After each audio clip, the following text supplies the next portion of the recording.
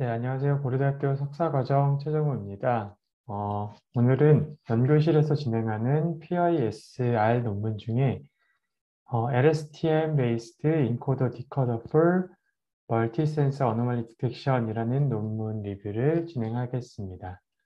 어, 이 논문은 2016년 ICML에 발표된 논문이고, 현재 시점 기준으로 약 530여 회 인용된 논문입니다. 그럼 논문 리뷰를 시작하겠습니다. 먼저 논문의 인트로덕션입니다.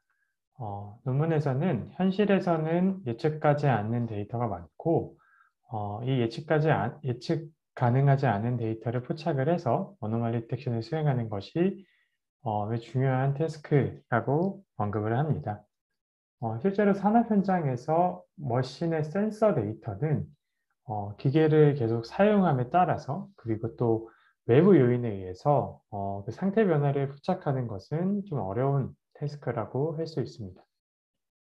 이렇게 방금 말씀드린 예측 가능하고 예측 가능하지 않은 데이터에 대해서는 지금 화면에 보시는 것과 같이 타임 시리즈 데이터는 어떤 예측이 가능한 시즈널한 데이터도 있지만 언프레딕터블한 데이터도 많습니다.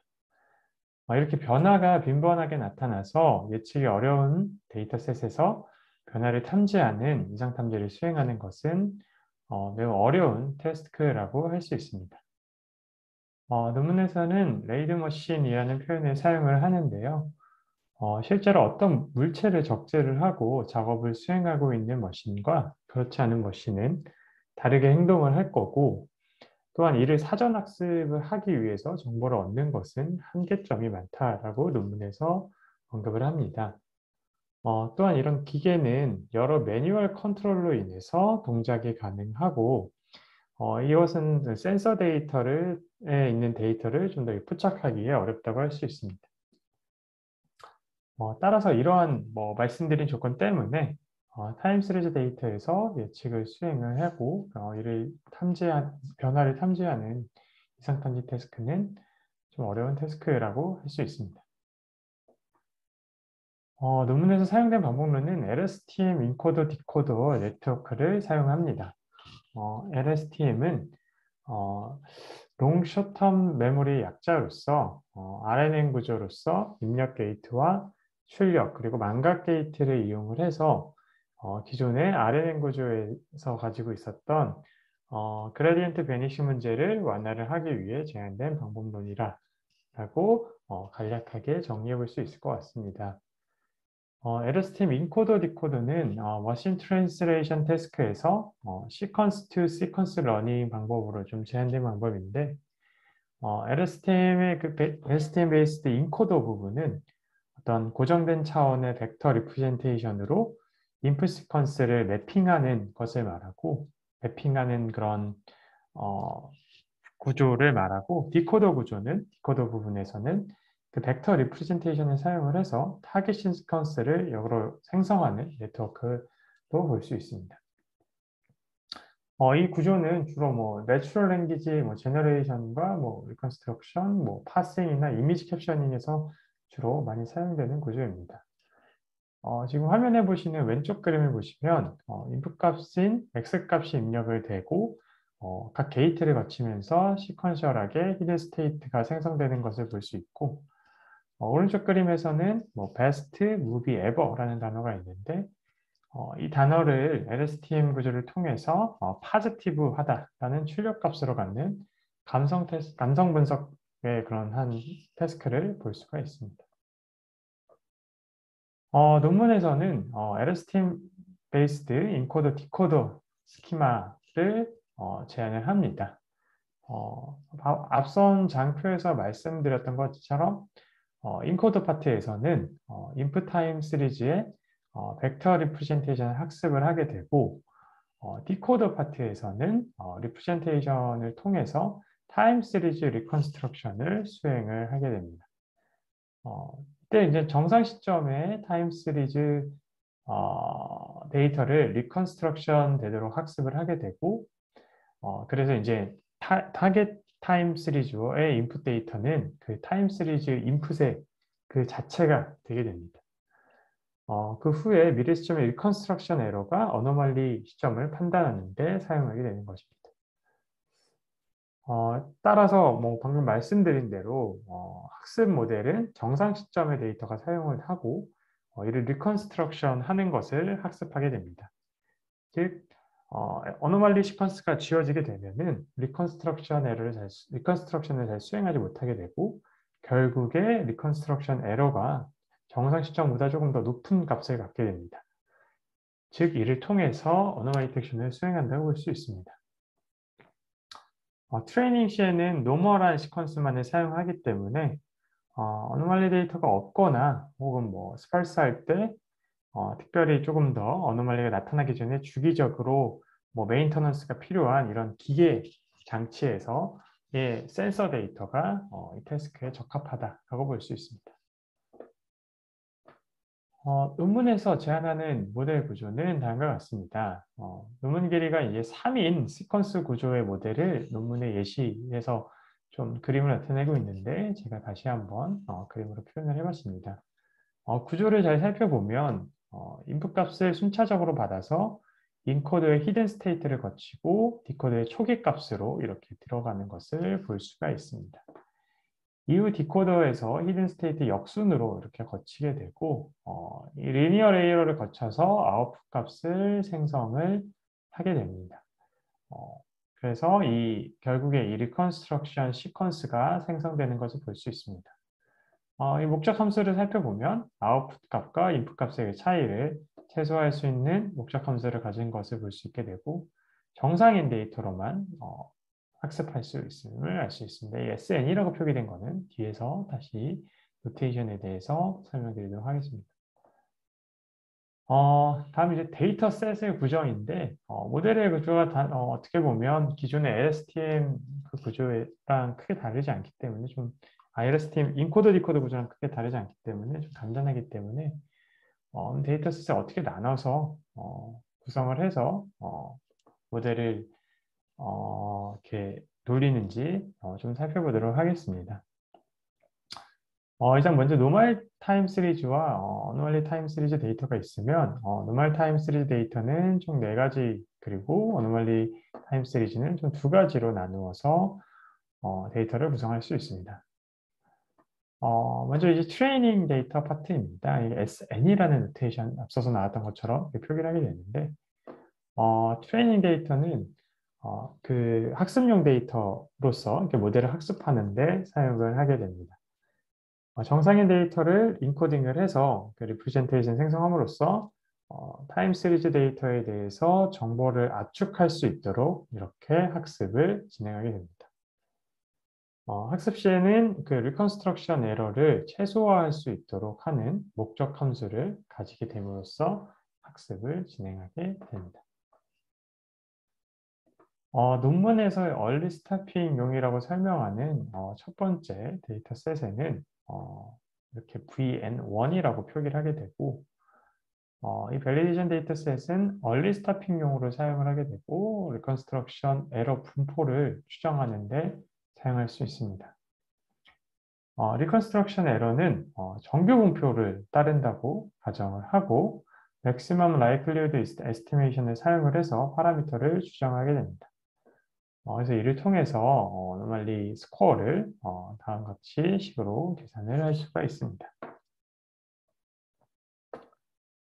앞서서 계산한 그 어노멀리 스코어가 지정된 스레시홀드를 초과하게 되면 비정상 구간으로 이렇게 판단을 할 수 있고 이 두 번째 밸리데이션 셋을 사용을 해서 F 베타 스코어를 맥시마이제이션 하는 그런 스레시홀드와 히든 레이어의 레스팅 유닛 개수를 산정할 수 있게 됩니다.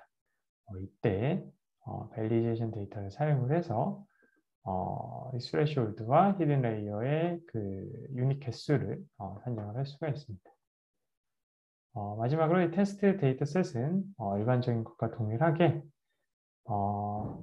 밸리데이션 데이터에서 찾았던 그런 파라미터와 모델로 테스트 데이터를 가지고 모델의 최종 성능을 평가하는 데 사용하게 됩니다.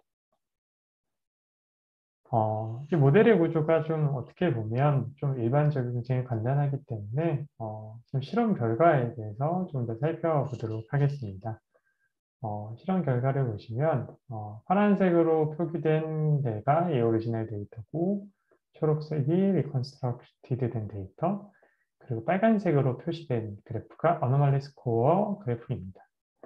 먼저 이 파워라고 써 있는 데이터는 전력 수요에 대한 데이터인데 보시면 평일 뭐 5일간은 수요가 높고 그리고 주말에는 수요가 낮음으로써 어느 정도 예측이 가능한 데이터셋으로 볼 수 있습니다.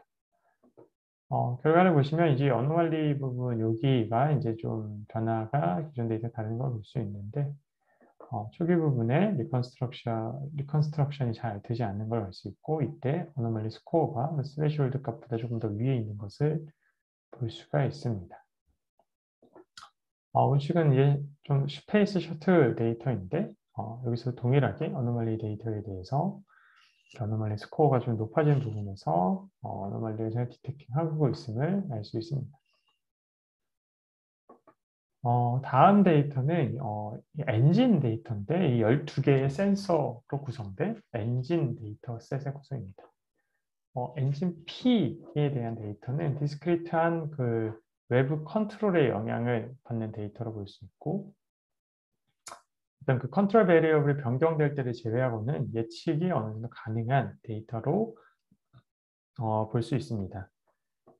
반면에 엔진 MP 데이터는 특정 구간에서 조금 빈번하게 이렇게 변경되는 데이터로서 타임 시리즈 데이터 중에 그 예측이 좀 어려운 데이터라고 저자가 데이터 설명 부분에서 설명을 하고 있습니다.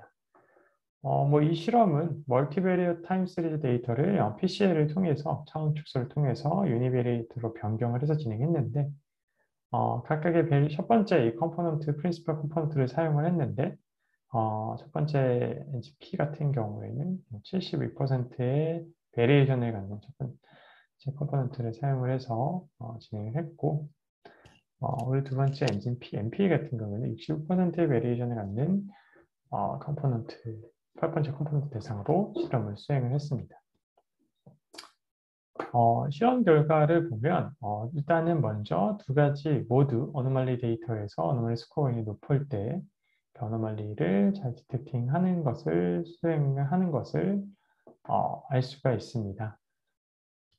저자는 논문에서 기존에 제안되었던 그런 LSTM 기반의 어노멀리 디텍션 모델에서는 엔진 P 이렇게 데이터와 같이 예측이 가능한 데이터에서는 F스코어를 통해서 뭐 이상탐지 성능을 확인을 해보면 이상탐지의 성능이 잘 나오지만 엔진 MP 데이터의 같은 경우에는 보통 낮게 나오는지만 저자가 이번에 제안한 그 LSTM 베이스드 인코더 디코더 모델에서는 이렇게 예측이 조금 어려운 데이터셋에서도 스코어가 좀 더 높은, 즉 높은 나오게 되는, 즉 기존 모델보다 높은 성능을 달성하였다고 주장합니다. 실험 결과가 좀 간단하게 표로 이렇게 구성되어 있는데 각 데이터에 대한 실험 결과를 살펴보도록 하겠습니다. 그러면서 본 논문에 사용한 데이터는 좀 이렇게 5개의 데이터 셋이고 각 데이터 셋별로 포지티브 라이클리후드 레이시오를 보면